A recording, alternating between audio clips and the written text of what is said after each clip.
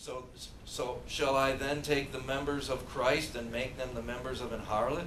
God forbid. What? Know ye not that he which is joined to an harlot is one body? For two, saith he, shall be one flesh.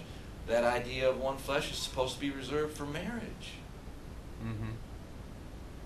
Not for joining with an harlot. So what he's saying here is, look, man, the body is for the Lord. The Lord is for the body, and the body is for the Lord. And so in your personal life, if you're going to display godliness, and you're going to be a representative of God in His order, you need to do things in His order. Amen. And committing fornication and joining with a harlot is not it. Now, obviously, joining with a harlot makes one flesh, but it doesn't make one married. That's right. That's right. Amen. Preach it. Because it wouldn't be fornication then, would it? It wouldn't be adultery either. He just got married. Right. Right? Amen. Okay. Now, there's something to be said for that. It does make two one flesh. But that's not the whole story. Did God Himself have a bride? God the Father I'm talking about. Was that not Israel? When did they have carnal relations? Amen. You tell me. Oh, you mean marriage is not a physical act? You mean it's a covenant? Mm-hmm. Amen. Amen. Jesus has a bride. You know Come the on. rest. Come on. There's no carnal act there. But there's a covenant. The reason why I point this out is because I know people that justify fornication by saying, we're not fornicating, we're married. When did you make a covenant? Oh, we didn't. We just joined one flesh. See? No. That's part of the story. That's part of the story. Got it. That's part of it. That's not the whole thing. Otherwise, fornication wouldn't even be possible. Right. How do you commit adultery when all you're doing is marrying another person? It Right. doesn't even make any sense. Right? I mean, you tell me where I've crossed the line here. I don't know. I'm seriously.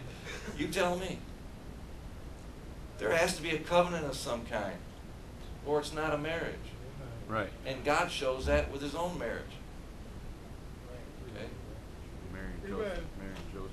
But when you go joining yourself to someone who ain't your bride, you've made yourself one flesh with someone that you ought not to be making yourself one flesh with. That's right. Because it's reserved for the covenant of marriage.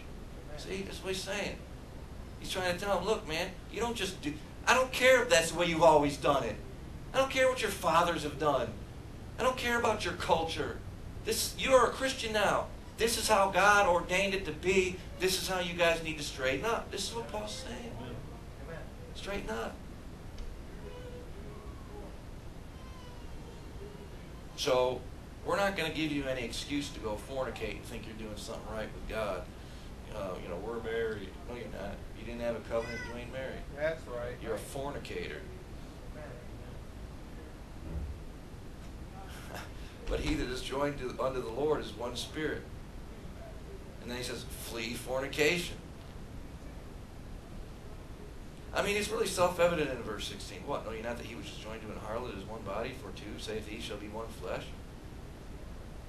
Well, why did he call it a harlot? Wouldn't that just be his wife? Still a harlot. Because he ain't married to her.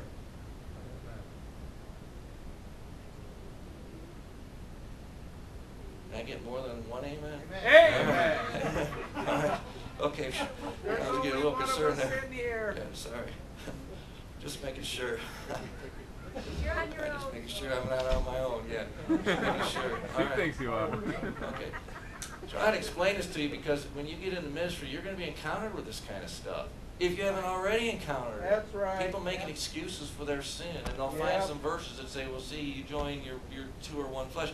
Yes, you are one flesh, but that doesn't make you married. That is supposed to be reserved for your marriage covenant. That's why it's a sin, because you're misrepresenting what the one flesh is supposed to be all about. It's supposed to be about marriage, because it's supposed to show forth order and the way God has ordained things to be.